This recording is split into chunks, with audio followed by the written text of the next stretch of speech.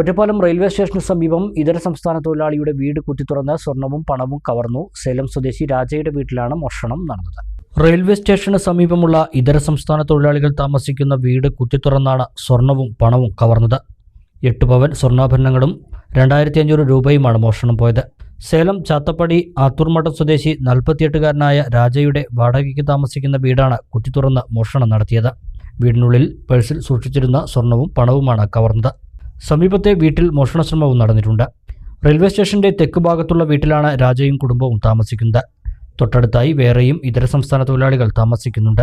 സമീപത്തെ വീടിന്റെ പൂട്ട് പൊളിച്ച് അകത്ത് കയറി ചുമർ ചാടിക്കടന്ന് തന്റെ വീട്ടിൽ മോഷണം നടത്തുകയായിരുന്നുവെന്നാണ് രാജയുടെ പരാതിയിൽ പറയുന്നത്.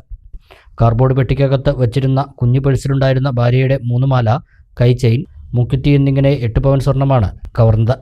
രാജയുടെ പരാതിയിൽ ഒറ്റപ്പാലം പോലീസ് അന്വേഷണം ആരംഭിച്ചു.